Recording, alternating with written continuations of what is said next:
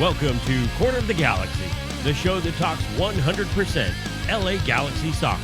We're glad you could join us. Now it's time to sit back and relax as your hosts navigate through the twisting, turning, but never boring world of the five-time MLS Cup champion, LA Galaxy. Hello, everybody. Welcome to Corner of the Galaxy on cornerofthegalaxy.com, coming to you live from Corner of the Galaxy Studios on Thursday, May 3rd. Getting ready for the LA Galaxy's big matchup with the Houston Dynamo on Saturday at 5:30 p.m. Kickoff time can be found on Spectrum Sportsnet and Spectrum Deportes. I'm your host, Mr. Josh Guesman, back here for another solo show, unfortunately for some of you. Maybe fortunately for some of you as well. I also have one heck of a wicked cough, so we're going to see how we navigate through this podcast without me just falling over from coughing. Feel fine otherwise. I know you were all worried. But yeah, I'm here, I'm ready, I'm good to go. We'll see how long we can survive. Maybe a little bit shorter show than we normally do, so I don't keel over. But glad to have everybody back here ready to be talking some LA Galaxy soccer. The Galaxy obviously losing 3-2 to the New York Red Bulls last Saturday, and that certainly has thrown a shadow over Zlatan Ibrahimovic's arrival and sort of brought everybody back down to earth. Lots of you, of course, are certainly looking at Sigi Schmid and his performance and whether or not he can figure this out. The Galaxy went with a little bit of a modified 4-3-3 in the last game. Pushed Ola Kamara, the star striker they went out to grab this year. They went and took him and put him out on a left wing position, which, as Ola says, is not his favorite. And he doesn't necessarily like it. But he did score a goal from there, so I don't know if anybody can really complain all too much about that. So we'll certainly see how the LA Galaxy do whenever they take a different approach on the road against the Houston Dynamo, who could very well be susceptible to some of the strengths of the LA Galaxy, which could be a good thing. So we're certainly going to talk about that game as we come here towards the end, but we also have some other Galaxy news as well. If you want to call in, of course, you're always welcome to call into the show. That telephone number is 949-734-4217. Once again, 949-734-4217 if you're listening to our live show. Let's see, if we could pick a topic for tonight's show, it is, what do the LA Galaxy have to do better against Houston to get a win? All right, so what did they not do against the New York Red Bulls that you want to see them do against Houston? And if you call in and say score more goals, you'll win the Bruce Arena Award, but you also get hung up on. All right, so that'll happen as well. But yeah, I mean, this is an interesting sort of time for the Galaxy.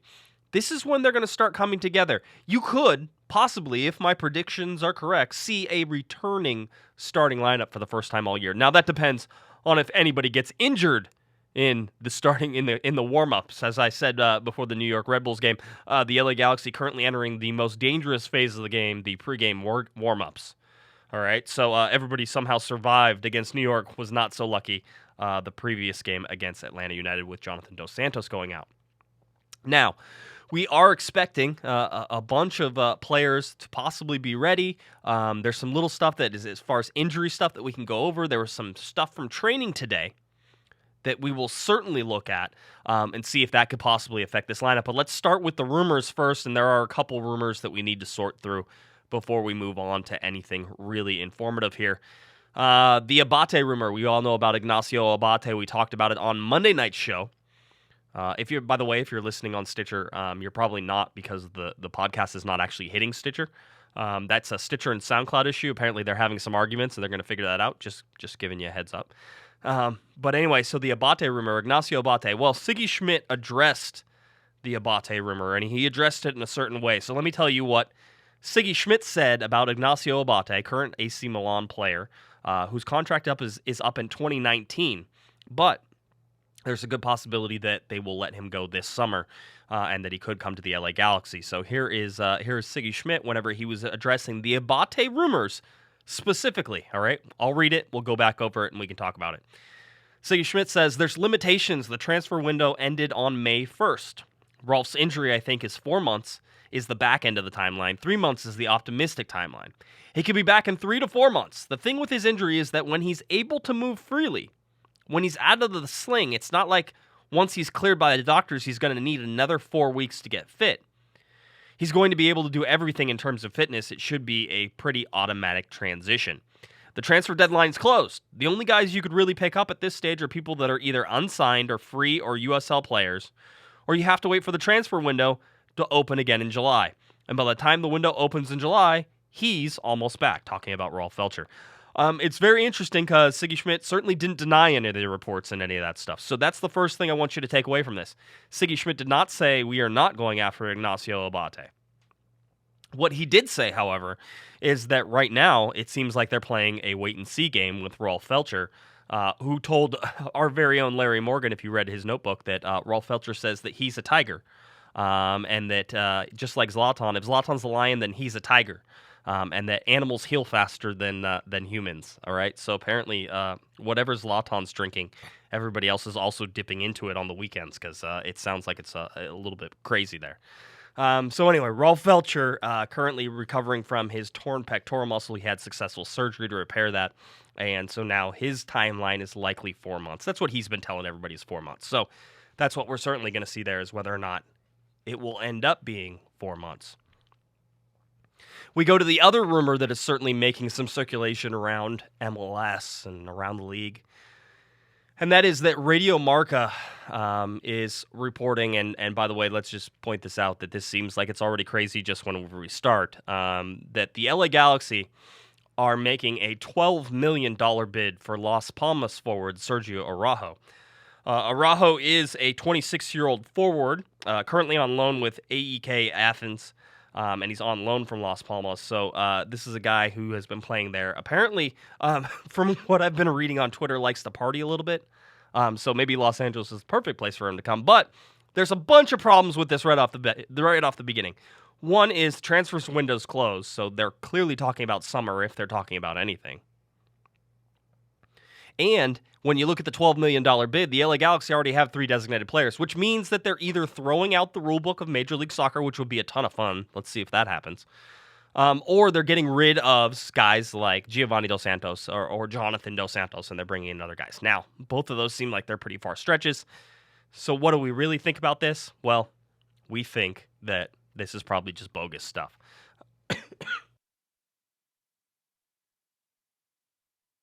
So we'll see how the LA Galaxy eventually handle this.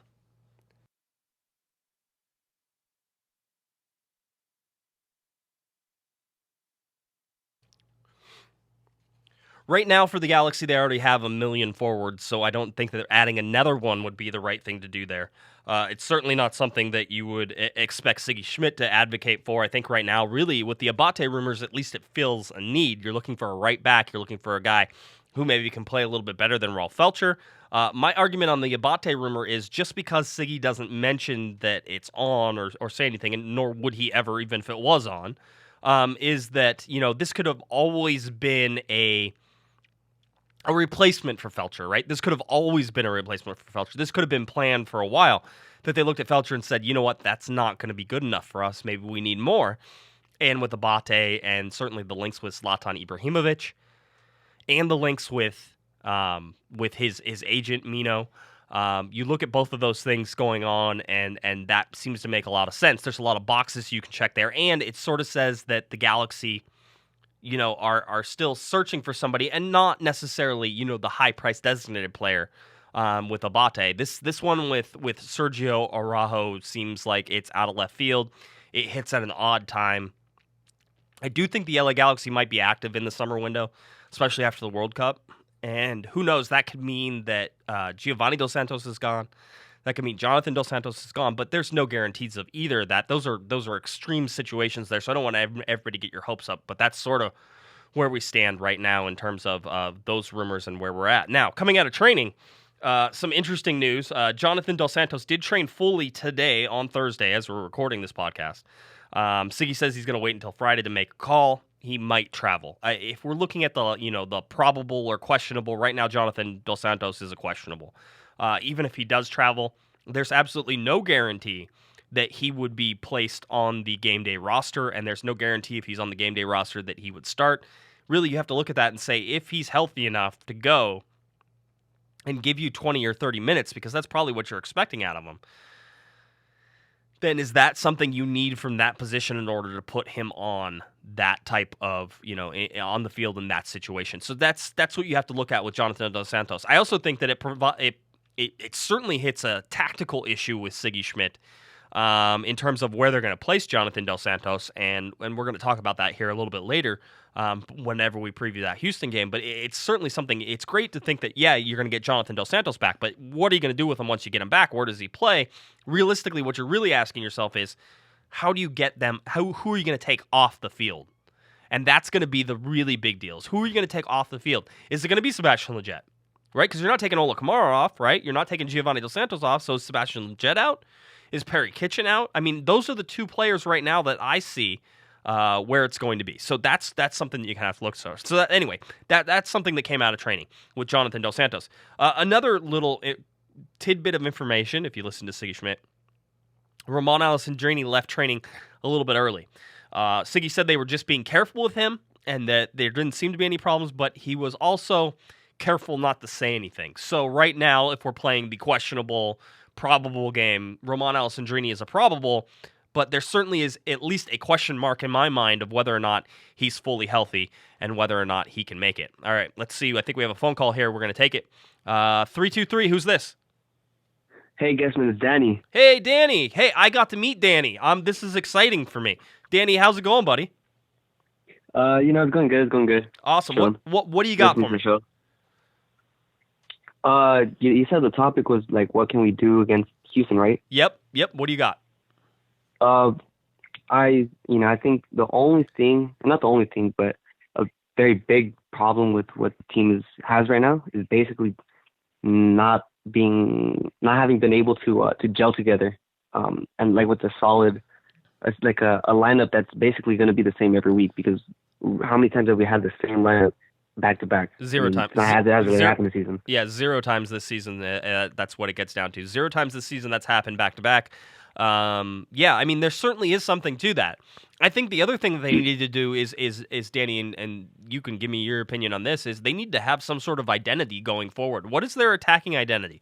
What are they trying to do? What is the system that they're trying to play? If they're playing a 4-3-3, how much are those wingers in the midfield? How much are they getting involved, and where are they getting involved? And, who's playing defense? Who's the defensive guy who's going to step there? Those are the big things for me is, it's about gelling, but it's also about understanding what your role is on the field, and not necessarily even in a formation, but what's your role on the field? Zlatan knows his role. His role is to score goals. Ola Kamara is probably about the same, but now they're asking Ola to play a different position. So for me, I want them to show on Saturday is what they mean and how they're going to play as a team. What do they mean when they say this is how we play well? Yeah, definitely. That's true. But that also comes along, with the gelling, right? Like I said, because once these people know what they're going to do and what they're planning on doing out on the field, and how each other and how they're going to play with each other, that's when they'll really start to make a bunch of chances. On paper we do have a very good offense, and with the defense as well, it's only going to help when you start gelling. When these people know, okay, I'm gonna push. This person likes pushing up. This person likes staying back. That's when this person likes the ball at his feet. That's when we'll really start to come to life, I guess, as an offense, and solidify the defense, I guess. Yeah, Danny, no, you're right. And by the way, I got an argument on somebody on Twitter once that told me that it only takes 10 to 15 minutes for players to gel. I remember you talking about that. Only 10 to 15 minutes. Let's see how that goes. Awesome, Danny. I appreciate the call, buddy. All right. All right, thanks. Have a good night. All right, you too. All right, there goes Danny. Danny's great. Came up and said hi to me at halftime. Great kid. Really, really soccer knowledgeable. That's what I like. I like having these conversations and stuff. Some people, I remember whenever I started this podcast, people were like, hey, don't talk about formations because nobody understands it. I'm like, that's ridiculous. Lots of people understand this stuff. And by the way, I am no formation expert, all right? But my big thing about formations is that as soon as you tell me who's attacking and who's playing this, that the formation changes immediately anyway. Yes, it informs the players of how they're supposed to play for about 10 minutes, and then they play pretty much however they want to play anyway. So it'll certainly be interesting. So anyway, whenever you look at this training stuff. So all this training stuff. So Ramon Alessandrini is the question mark, as we were saying sort of before that. Now Sigi said they're just trying to be careful with him. We don't know how serious it is. We'll see how serious it is. I'm going to tell you right now, Dave Romney seems likely to start back at right back, and the Galaxy are likely to play that same 4-3-3 again. I really think that you're going to see a repeat lineup on this. So for my money right now, whenever you're looking at it, the Galaxy have a chance to get some of this consistency back. It'll be interesting, again, to see how the LA Galaxy attack this Houston team. And that's really where we're going to go. And we're already going to go to that preview here because I can tell right now that I'm not going to last forever. So if you're waiting to call in, you should call in now because we're going to be closing this thing up, closing shop up early. And again, I apologize for it, but that is life sometimes. We'll see how long we can go here. Let's go over the MLS standings real quick. You look at the LA Galaxy, who currently sit in 5th place in the Western Conference. Sporting KC is in 1st, LAFC in 2nd. 3rd place in the Western Conference, Vancouver Whitecaps, FC Dallas, the LA Galaxy, Real Salt Lake, Minnesota United in 7th, Houston Dynamo in 8th, and then it goes Colorado, Portland, San Jose, and Seattle. All right, that's how it all goes down. Sporting Kansas City leading the Western Conference with 17 points, and LAFC with 15. So they're right there behind them, and obviously they got the home win against the Seattle Sounders, so that jutted them up in the standings when the Galaxy couldn't take advantage of a New York Red Bulls team I think they should have beat. And I certainly think that that the Galaxy didn't get helped out by VAR, and we've talked about that, and it really wasn't even VAR, and Sigi even tried to walk back some of his statements about VAR. He really isn't upset about VAR, even though that's what he complained about at the press conference. He's really not upset about VAR. He's upset about the inconsistency of the referees and how that affects VAR, and that he has a point about. Because certainly the Zlatan goal should not have had the flag raised. You could tell that the near side official was not certain. And if you're not certain, you keep the flag down, and then you go to VAR. And then if you go to VAR and you look at it and go, you know what, it's too close, which is what it would have been called if Zlatan Ibrahimovic would have scored that and the flag would have stayed down. They would have said it's too close, he's not offside, or he is offside, or just barely, but we can't really tell. And that's where it would have stood. That's a good argument to make for Sigi Schmid, and it's certainly something that the referees need to do a better job of, is letting it play out so you're not affecting the game with your bad mistakes. Let VAR correct the mistake in the positive. And the tie's also supposed to go to the attacker here. So for the Galaxy, you really want to see some of that. You want to see that, they're getting the benefit of the doubt, and I will tell you this year so far, there's no way the Galaxy have gotten the benefit of the doubt. And maybe that's what happens whenever you have a really poor 2017. You lose the respect that you should have had, that referees and officials used to give you whenever you were a team at the top of the league and beating people on a regular basis. Good teams get benefits of the doubt. Okay, the LA Galaxy aren't getting that because they're not a good team right now. But I'll tell you this right now. The LA Galaxy in the Western Conference are a mid-table team, at least a mid-table team. And I think you can make an argument they're probably in the top 5. Despite how upset you all have been with their performances, they're not in the bottom of this league. They are a mid-table team. They are light years ahead of what they were last year. They have way, way, way more talent. I mean, the talent. I was talking to someone who was close to the league at one point and said that people would kill right now to have the LA Galaxy's front 6. All right, and this person was right. He's right. Coaches would kill to have this front 6. You got Ibrahimovic, Kamara, Alessandrini, Sebastian Lletget, Giovanni Dos Santos. I know how much people love to hate on Gio, and I am certainly there. I don't think he's performed, but Giovanni Dos Santos is still a talent. You have him there. You have Jonathan Dos Santos. Tell me where it's wrong. Tell me where it's wrong. And I talked about it on Monday. And I said that where the Galaxy have gone wrong so far this year, very simply, is that under Sigi Schmid, in a conservative style offense or defense that he runs, they have given too much of the burden to the defense and not enough on the offense. The LA Galaxy need to rely on this offense. They have to rely on this offense. The offense is where their world-class talent resides. This is where they're spending all their money. So whenever you're playing these formations, or even just playing in a mindset that set up the defense to be strung out, that's a problem. And Sigi Schmid needs to work away with that. And I think he's took a step against the New York Red Bulls going in the 4-3-3, a more offensive style. All right, and one of the things he queued up this week in training One of the most important parts, and I swear to God, if the Galaxy do not work on this, they will be a bad team all year, is those transition points. What happens when they lose the ball? Give me 5 steps in the direction you need to go to cut off the lanes when you lose the ball. What happens in those 2 to 3 to 4 to 5 seconds?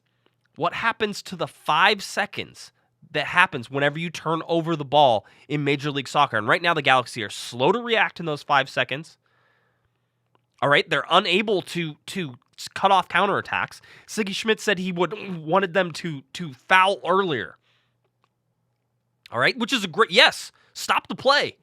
Get it stopped. But right now the Galaxy aren't even in a position to foul earlier. All right, and a lot of that is because they go forward without understanding and then lose the ball, and then that turnover strings the defense out. The defense of the LA Galaxy is okay. All right? David Bingham is an okay goalkeeper. Guess where he ranks in the league right now in saves? Third in the league in saves. Let me go over these numbers for you real quick, just to compare two teams. Chris Seitz, Houston Dynamo goalkeeper, has 12 saves and has faced 20 shots. Not a great record at all. David Bingham has made 30 saves already. 30 saves and faced 42 shots. That's not bad. When you consider what the Galaxy are doing to David Bingham, that's not bad. All right, so yeah, you can blame David Bingham. He's been in some bad positions this year. Absolutely. But at the same time, the Galaxy need to do a better job of protecting him. And the way they can start to do that is by being more offensive. All right? And everybody's laughing. They're like, yes, they're already offensive to the eyes, Josh. We know. I know. Hey, I've heard the jokes. It's okay. I'm with you on that one too. But that's what they need to do. They need to be more offensive. You know what? If you can't outscore teams, then you're not going to win right now. Because your defense is not something to lock a game down and have it be 0-0. And you're not going to win games 1-0. You're going to give up a goal. Going against Houston, the Houston Dynamo have a decent offense. All right, actually a very good offense. They have a poor defense, which is where the Galaxy should be able to exploit them.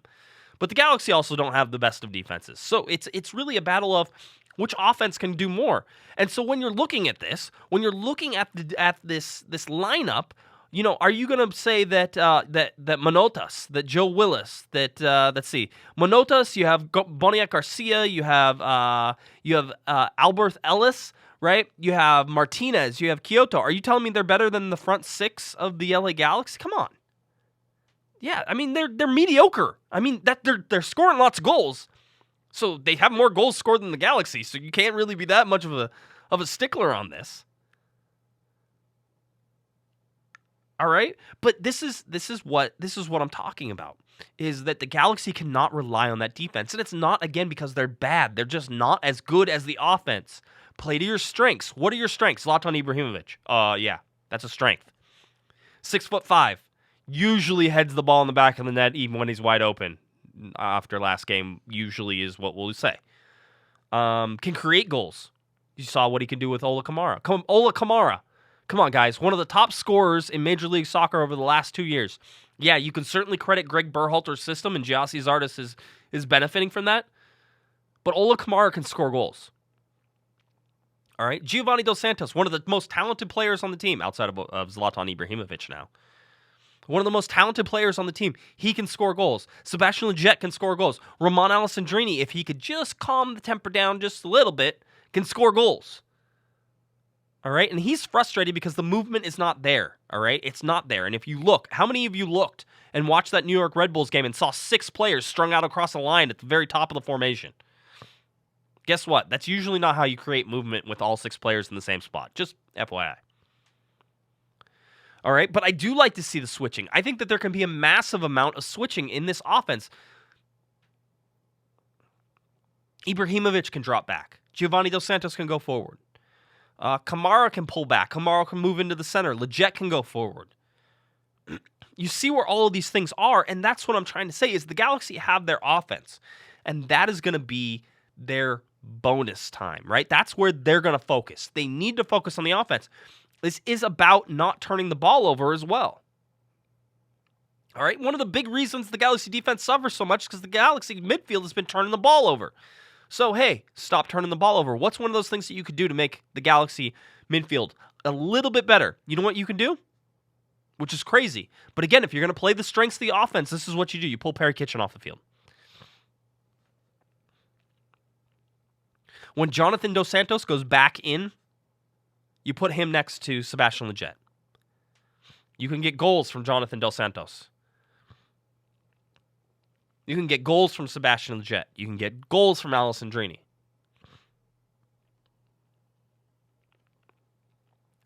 That's what I'm talking about. Focus on the offense. And with Jonathan Dos Santos in there, with Sebastian Lletget, those two guys don't lose the ball very often. All right? Yes, they're going to lose the ball. They're going to turn it over. You're going to turn the ball over. That's how the other team gets the ball, by the way. You turn the ball over.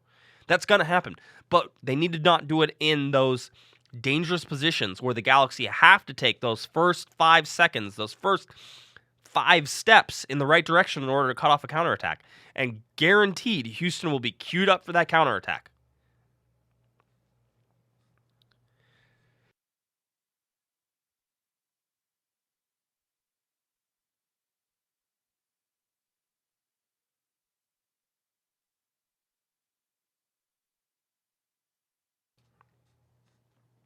So now we take a look really at what this game is going to be about.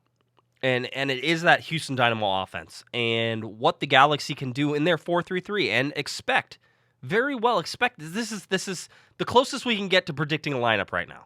All right, it's the closest we can do to saying that this is going to be a repeat. But right now, at least, on the face of things, you're going to have a lineup that is very similar to what it was. David Bingham in goal. That's easy. Okay, we can predict some of these. These are easy. Cole, Shelvik, Siani, Romney. Probably. Siani didn't do enough to get himself kicked out. Although the center backs certainly had an issue against the New York Red Bulls. They're going to need to stop that against the Houston Dynamo. Sebastian Lletget.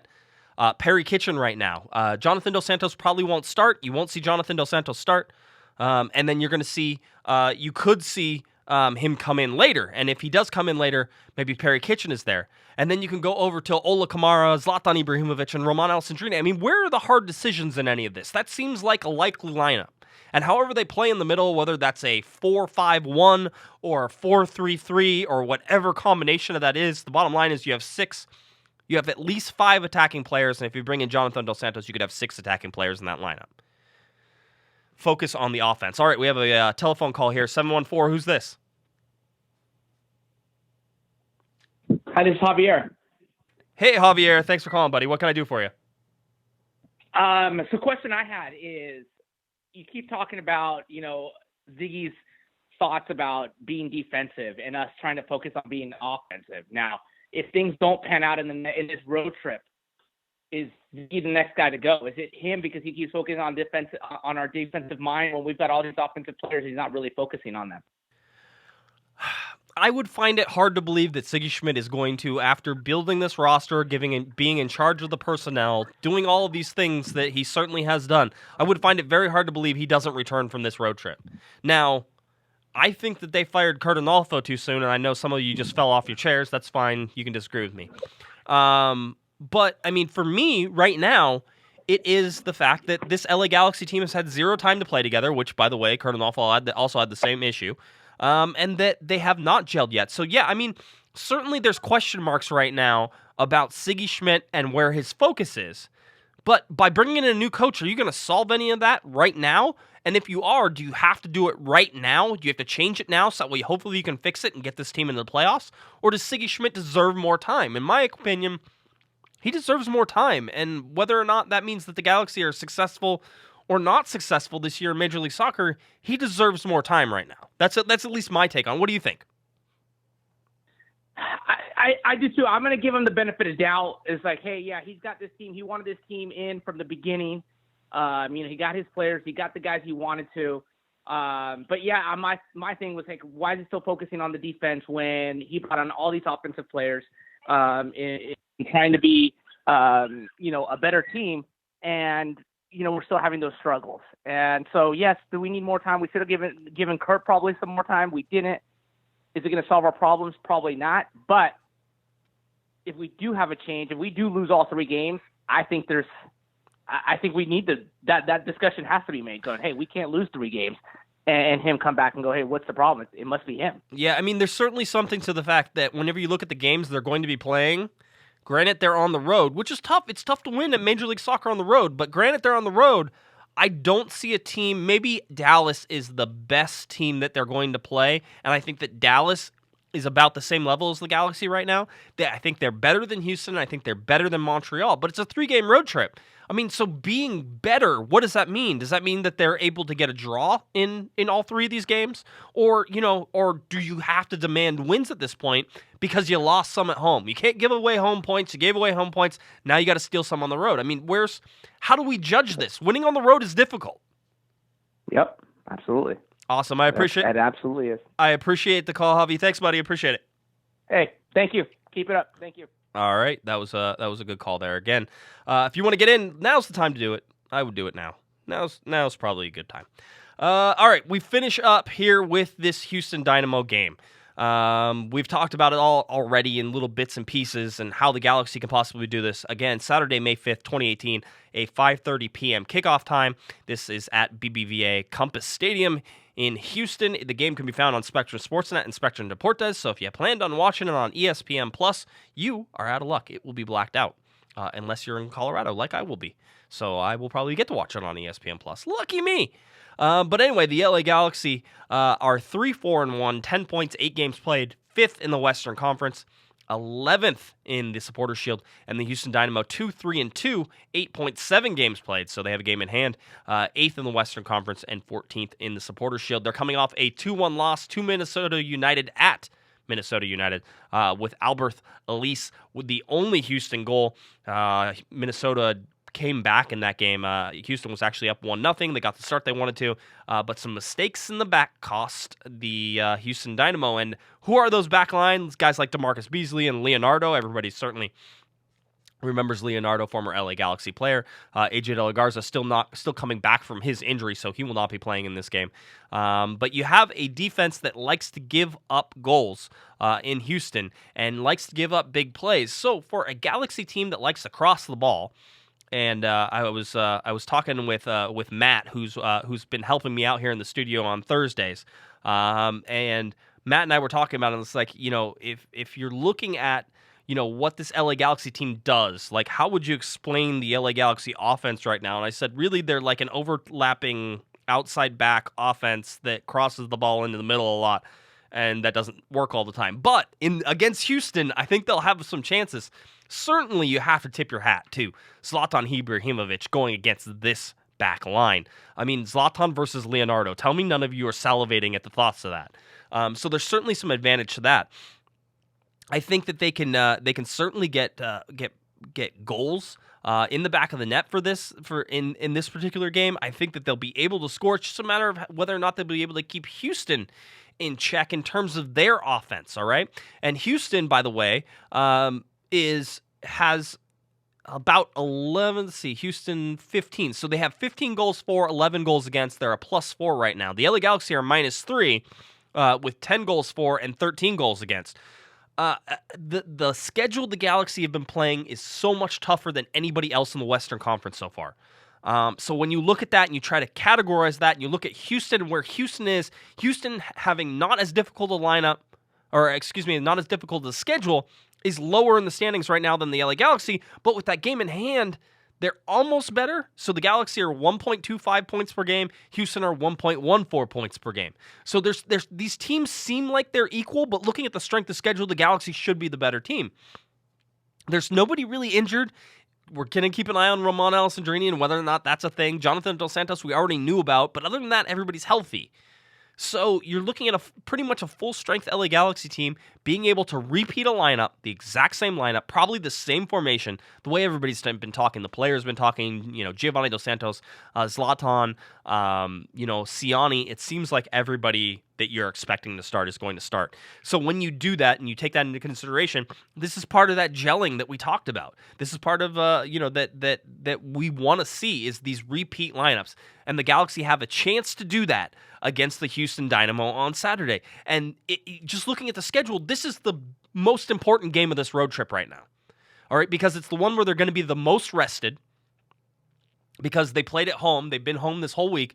They're going to travel on Friday. They'll get there on Friday, and they play on Saturday. All right, so that's pretty normal. They might even train in the morning on Friday, then get on the plane, then get to Houston. So that's fine. There's nothing abnormal about that. But then after this game, they go against the best team of this road trip, I think, FC Dallas. All right, and FC Dallas is going to come in, and they have to, again, they're going back to Texas, so they're not going to be staying in Texas for the whole week. That's not happening. All right, not going to happen, Captain. All right, the Galaxy will get to basically spend their nights in their own beds in between these games, and that makes sense because going on a road trip for soccer players this isn't a baseball team. They don't go on like 10-game road trips and then come back and all this stuff. The travel is grueling for soccer players. The physicality and the amount of cardio that they have to put forth in each game is on a massive level whenever you look at professional sports. So being able to sleep in their own bed, at their own climate, all these things that are their own is beneficial. So again, they'll go to Houston, come back, then go to Dallas and come back, and then go to Montreal. So if you have these 3 games, the Dallas one is the one that you're probably going to pick as the loss. All right, they're going to lose against FC Dallas. At least right now, in your mind, depends on how they show against Houston, maybe you can change your mind. But looking at this, you go, okay, so they can beat Houston, they probably lose to Dallas, and then the game against Montreal is a toss-up, is that the trip is like 6.5 hours from LA. It is a ridiculously long trip. They're playing on a Monday at 12 p.m. Pacific time because Canada has a holiday. Or we can argue about Canadian holidays after this, all right? Because they're not like real holidays. They're like half holidays. They're not as important. I can't wait to get the Canadian hate mail that's going to come in the mail. That's going to be great. But no, they're going to be at 12 p.m. on a Monday. I hope everybody's ready to like call in sick or take a long lunch break, all right, on that Monday, and that's Monday, May 21st. But that is a game that's sort of the toss-up, and that's a game that likely the guys who are going to the World Cup, that's their last game. So if you think Giovanni Dos Santos is going to be going to the World Cup, that's probably his last game before he heads off to go with Mexico. And Jonathan Dos Santos, that's probably his last game too, unless you think that the Galaxy can hold out after being gone for 3 games, coming back and then playing on a short week. They play on Monday, May 21st, and then they host the San Jose Earthquakes on Friday, May 25th. That's a great schedule. Who made that schedule? All right, they went through and ranked everybody's travel schedule in terms of how tough it was. The LA Galaxy ranked 2nd in the league in terms of toughness. All right, they have the second toughest schedule in the league this year. And they still have 2 more East Coast trips where they're going to go to like New England and then go to Philadelphia like on back-to-back weeks or something like that. All right, so the travel's ridiculous. It's not going to be easy, even if you look at that Friday, May 25th game against the San Jose Earthquakes. I mean, come on. You're going to have to play a Cali Classico after being gone for 3 weeks? After taking the 6.5-hour trip from Montreal and then coming back and having a short week, the schedule makers need to like have their heads removed from a place that's uncomfortable for them. All right, because this is a ridiculous schedule whenever you look at it. That short week, there's no reason to have that short week. You know why? Because Unamas, they wanted to have the Cali Classico, and that's a Friday night game. All right, so you get the national television audience. That's great. Ask me how the LA Galaxy feel about that after being gone for 3 games away and having to travel 6.5 hours to Montreal, play on a Monday at 12 p.m., local clock time for them. All right? Think about body clock whenever you think about these guys. Think about what time they're playing as opposed to what their body clock is saying. All right? So at 12 p.m., granted they train in the morning, but most of these games are at night. Your body's just not accustomed to playing a 12 p.m. game, which is why we've seen the Galaxy struggle in 12 p.m. games before. Basically, if it's before 11 o'clock or something like that, these are early games. But that's a very tough schedule. And then they're going to have to host FC Dallas coming back on Wednesday, May 30th. Yes, that's right. Short week on Monday, May 21st to May 25th. Short week again, Wednesday, May 30th against FC Dallas. Then it's a June 2nd game away to Portland before coming back to host Real Salt Lake. That's a ridiculous schedule they're trying to put together with the Galaxy there. So if you're trying to be positive about all this stuff, I'm glad that you can try to be positive about it because that schedule says that's a widowmaker of a schedule right there. And it's not even the teams. All right, I think the Galaxy are better than the San Jose Earthquakes. All right, I think that the Galaxy are on par with FC Dallas right now. I think the Galaxy could be a better team than the Portland Timbers, although they're starting to shape up a little bit. And I think the Galaxy are better than Real Salt Lake. They should win those games. They're better than Montreal. They should win that game. Throwing in the travel and all this other crap into it just makes this a really, really difficult time for the Galaxy. All right. 1, 2, 3, 4, 5 games in May. 4 games in May. 4 games in May. And you're short weeking people. Great. Great. Sounds like a lot of fun. All right. A little bit of break there on May 12th, between May 12th and May 21st, by the way. Just giving you a heads up. Don't want you to yell at me. Like, Josh, you didn't tell me about the break. By the way, general managers do have some influence on the schedule, and we talked about that last year. So whoever's pretending to play GM over at the Galaxy right now, whether that's Sigi Schmid, whether it's Pete Vianis, I don't know who it is because they technically don't have one. Whoever's doing that, this is something they could have argued. But, again, the league's also trying to cram in a bunch of games before the World Cup break. So, I guess this is what you get. So we'll certainly see how the LA Galaxy do. Again, face off against the Houston Dynamo in the most important game of their road trip right here. Saturday, May 5th, 5:30 p.m. Pacific time. That's when they kick off. Game can be found on Spectrum Sportsnet, Spectrum Deportes. That's it. That's what you have for the LA Galaxy right now. It is going to be a tough road for this team right now. Getting some consistent lineups is going to help that. And we'll see if Sigi Schmid decides to, again, gamble a little bit more on the offense. I think if he does, that the Galaxy will be in positions to win. If they're in positions to win, which they haven't done, by the way, because I think 5 of their 8 games they've allowed the first goal. Okay, that's not a position to win. Zlatan Ibrahimovic will tell you over and over again, when you chase the game, it's different. That whole game plan that you had, if you let a goal in the 6th minute, that game plan's out the window. Whatever you did this whole week, you're like, we're going to play this way. Our right back's going to move over and overlap. And now, Junior, you're going to kind of, as soon as you go down a goal, you're like, okay, yep, game plan out the window. We need to get that goal back. So, shoot and do stuff. That's what it seems like the Galaxy have been doing, is having to scratch back. The positive for me, they scored 4 goals against the New York Red Bulls. 2 of them even counted. So, that's where you get, all right? That's where I think the Galaxy are right now. They're in trouble. They are. It's not like they're a borderline playoff team right now. Okay, so that's where you need to put this on. The best news that there ever could be, the Western Conference, just slightly better than the NASL that's not playing. All right, just slightly better. Okay, that's what it is right now. So that's what you have from the LA Galaxy. Again, a busy schedule, ridiculous schedule coming up. And, of course, the Houston Dynamo game coming up on Saturday. Then it goes to Dallas, then to Montreal. And then they come back home against the San Jose Earthquakes. All right. I think I've pushed my luck about as far as I can with my cough. I apologize if it seems a little choppy sometimes. That's life in the podcasting biz. But I certainly think that it should be the show will at least still be slightly listenable. You can still do it. Please check out our website. Get one of our scarves, cornerofthegalaxy.com. I've seen all of the Lion of Los Angeles shirts out at the game. So let's really do that up whenever the LA Galaxy make it back at the end of the month.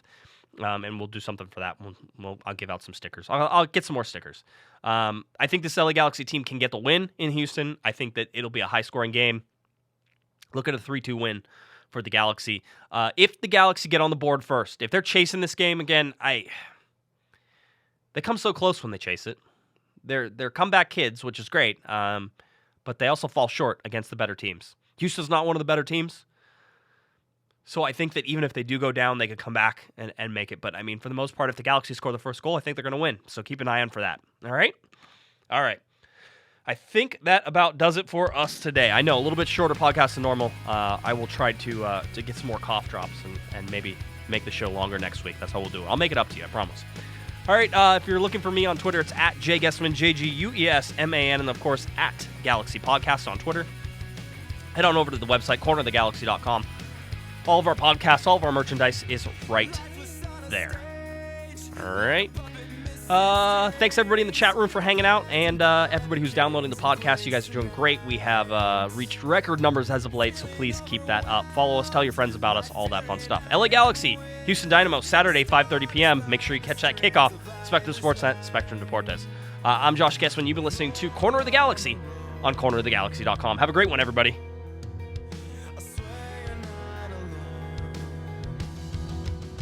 You've been listening to the Corner of the Galaxy podcast on cornerofthegalaxy.com. You can follow the show on Twitter and Instagram at Galaxy Podcast, and be sure to check out and subscribe to iTunes, Stitcher, and Facebook by searching for Corner of the Galaxy. And for all of your independent LA Galaxy news, discussion, and entertainment, including this podcast, head on over to cornerofthegalaxy.com. Fans, thanks for listening. We ask that you be kind and courteous to your neighbors as you leave the podcast. We thank you for joining us and look forward to seeing you again. Until then, I'm Michael Araujo, and on behalf of the entire Corner of the Galaxy crew, goodbye, everybody.